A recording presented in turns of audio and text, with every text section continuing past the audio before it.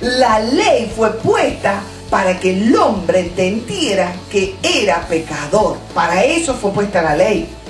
Quiere decir que la ley nos dio la capacidad de ver el pecado morando en nuestros miembros. Entonces, Dios no nos dio la ley para que vivamos una vida justa. Olvídese de eso. Dios no nos dio la ley para que fuéramos justos, sino para que nos reconociéramos pecadores. Todo lo contrario. Romanos 4:15 dice, pues la ley produce ira, pero donde no hay ley tampoco hay transgresión.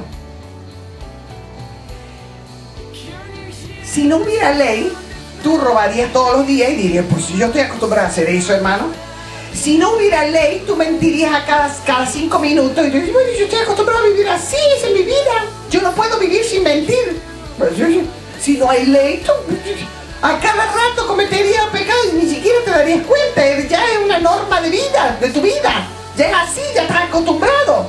¿Te parece que eso es normal, que eso es correcto, que eso... Así soy yo? Así como decir, bueno, ese es mi carácter, así soy yo. Pero cuando viene la ley, viene la transgresión. Entonces, oh, caramba, yo no sabía que eso... La ley te abre los ojos y te dice, cuidado, estás pecando, eso es pecado. La ley vino para eso. La ley trajo la transgresión. Entonces, en Romanos 5:20 dice, pero la ley se introdujo para que el pecado abundase. Mas cuando el pecado abundó, sobreabundó la gracia. Entonces, mira qué tremendo. La ley vino para que el pecado se te hiciera abundante. O sea, que tú estabas muy tranquilo, muy tranquilo. Vino la ley y yo, ¿este es pecado? ¿Aquí hay pecado? ¡Ay, Dios mío! ¿Qué voy a hacer? Entonces todo esto que estoy haciendo es pecado. ¿Qué voy a hacer? Entonces allí el Señor dice, espérate. Aquí está mi gracia. ¡Aleluya! Entonces, a través de la ley, la transgresión creció, se abundó, dice. En 1 Corintios 15, 55 y 56, dice, ¿dónde está, oh muerte, tu aguijón? ¿Dónde, oh sepulcro, tu victoria? Ya que el aguijón de la muerte es el pecado, y el poder del pecado, la ley. El aguijón de la muerte dice que es el pecado. Y el poder del pecado es la ley. Lo que le da poder al pecado es la ley. Y el pecado es el aguijón de la muerte. La ley no te dará lo que necesitas para ser agradable a Dios. Jamás. La ley te va a dar más pecado. Esta fue dada para revelarte que eras un pecador delante de Dios. Dios nunca esperó que a través de la ley la gente pudiera ser justa. Jamás, al contrario. La ley no hace justo a nadie. Romanos capítulo 3, verso 20 dice, ya que por las obras de la ley ningún ser humano será justificado delante de él, porque por medio de la ley es el conocimiento del pecado. Más claro imposible, hermano. La ley no es la medicina que cura el problema del pecado. La ley es más bien el termómetro que nos muestra cuán enfermos estamos. Gloria al Señor. Dios te dio la ley para hacer que el principio del pecado se muestre en tu propia vida, que lo veas. A través de la ley el principio del pecado se va a levantar en tu vida y produces actos de pecado. Entonces, si todo esto es verdad, te das cuenta por qué muchos cristianos hoy en día están en derrota. ¿Por qué los cristianos son derrotados? La pregunta.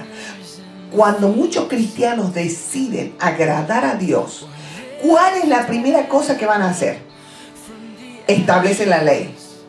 Y dicen, voy a obedecer esta ley. Voy a obedecer los 10 mandamientos. Me voy a portar como un buen cristiano. ¿Qué vas a lograr? ¿Qué logra esto para el pecado? ¿Cuál es el resultado en la vida de esa persona? Pecan más. Pecan más. Sí, así como la escucha, pecan más todavía. Entonces tratan de hacer más fuerte la ley. Hacen votos, hacen promesas. Leen la Biblia 5 minutos por día. Cuando tú le dices a la iglesia, quiero que lean todos la Biblia por 5 minutos cada día, vas a encontrar que ninguno ya quiere leer la Biblia. Cuando yo le digo a mis hijas, mire, vamos a leer la Biblia porque esto nos hace falta. Ay, no, mami, que está muy largo. No quieren. No quieren. Pruébalo con tus hijos y ya vas a ver el resultado. Cuando tú le dices a alguien, mire, vamos a hacer esto porque esto es que... Y el Señor nos aconseja. Ay, no, está muy aburrido eso. No, yo no quiero. Mucho tiempo, yo no tengo tiempo. Ponemos cualquier excusa. Por eso muchas veces tengo que buscar otros métodos para leer la Biblia con mis hijas. Tengo que buscar otras cosas. Porque cuando tú le presentas la ley, inmediatamente se acrecenta el pecado, hermano. Y ya a nadie le interesa leer la Biblia. Por eso esos pastores que dicen, yo no sé qué hacer con este pueblo. Les he puesto normas, les he puesto cosas para que ellos lean la Biblia, para que se preocupen más de entender la palabra de Dios. Y si cada vez está peor. Cada vez menos quieren leer la Biblia. Salte del legalismo, mi querido pastor, y vas a encontrar la victoria para que tu pueblo, para que esa iglesia escuche y lea la palabra con gozo y alegría. Gloria al Señor. Aleluya.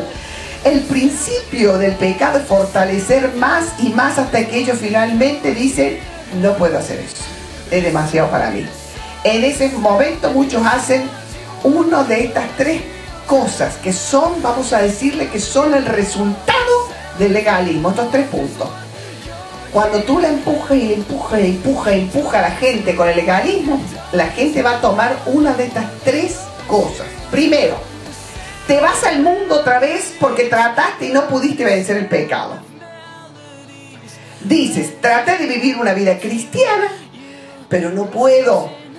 A menudo tomas el camino de la rebelión porque ya no puedes vencer el pecado, entonces se acabó.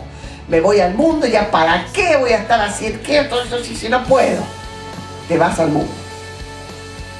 El segundo resultado del legalismo. Permaneces en la iglesia y vives engañado diciéndote, he fallado y ya Dios no me va a usar. Y ahí estás. Ay, Señor, te he fallado. Yo sé que ya no me puedes usar, pero ten misericordia. No, hermano, no me ponga a mí a cantar porque yo le he fallado al Señor. Yo no sé hacer nada, aquí estaré sentadito. Y ahí estás sufriendo como una Magdalena todo el tiempo. Y la tercera cosa, el tercer resultado del legalismo es que te conviertes en un hipócrita. Ay, Señor. Tratas de ser bien visto por los demás. Así que, hermano, ¡ay! La presa. ¡Ay, hermano!